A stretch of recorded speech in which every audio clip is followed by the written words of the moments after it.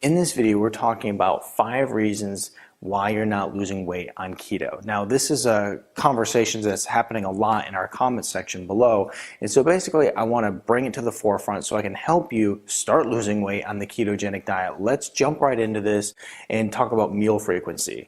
Okay, so if you're someone who is, first of all, starting the ketogenic diet, or if you're someone who's been keto adapted for a while and stalled, then basically what we have to look at is maybe you're just eating too often. And so what we can do is we can actually start implementing intermittent fasting. Now, intermittent fasting is going to be powerful. You can start with 2 meals a day, and you even can go down to 1 meal a day.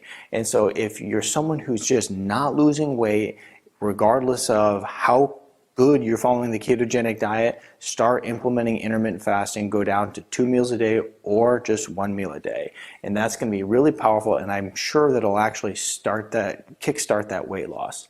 Next is too much fat. So basically, I've explained this before, whereas if you're following the ketogenic diet, once you're keto adapted, then what happens, you'll actually start burning fat more efficiently. So what happens, and this is why it's confusing, is that when you're on the ketogenic diet, you're supposed to be eating a lot of fat.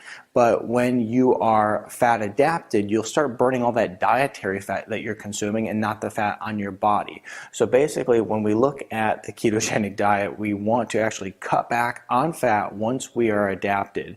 And the other thing too is that when we look at other macros, we want to make sure that we are not getting too much protein, because that can turn the sugar in our body and actually start kind of throwing us out of ketosis.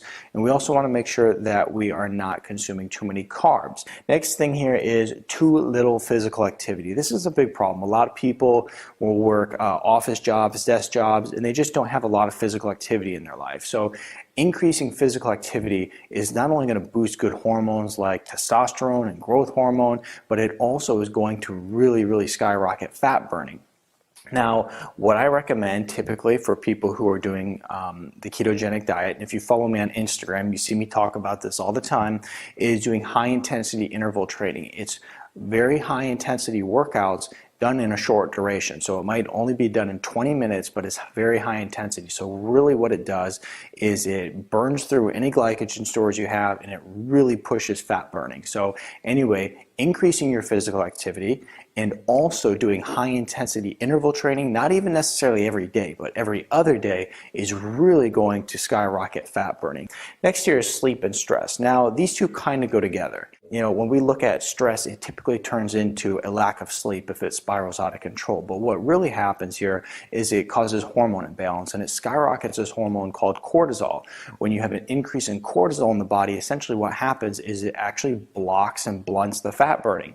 And so anyway, what we want to do is make sure that we're decreasing stress, we're getting adequate sleep, and then that way we're going to decrease cortisol in the body, and it's going to allow us to actually burn that fat and get the results that we're looking for. And then, of course, health conditions. Okay, so if you're someone who has thyroid issues, if you have hyperinsulinemia, if you have PCOS, if you have depression, if you have different health issues going on, these can actually slow down the weight loss. Okay, so the big thing is that we have to be persistent here, and the other thing is that you have to be patient, because they can slow down this whole process, and you just might take a lot longer to get results. But here's the deal, is that from the day one, when you start the ketogenic diet and you start living a healthy lifestyle, good changes are occurring in your body. You're going to decrease inflammation.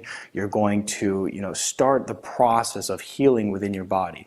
And the good news is that that process has started. So regardless of the fact that you're not losing weight, the healing process is started. Now, typically on the ketogenic diet, PCOS starts to reverse. Hyperinsulinemia starts to reverse. So a lot of great things are happening, and a lot of great changes are still occurring, maybe just not weight loss. Now remember, if your body is in an unhealthy position and if you're overweight, it didn't happen overnight. So be sure to make sure that you're giving the ketogenic diet and healthy living strategies the option and chance to actually go in and make a change in your body.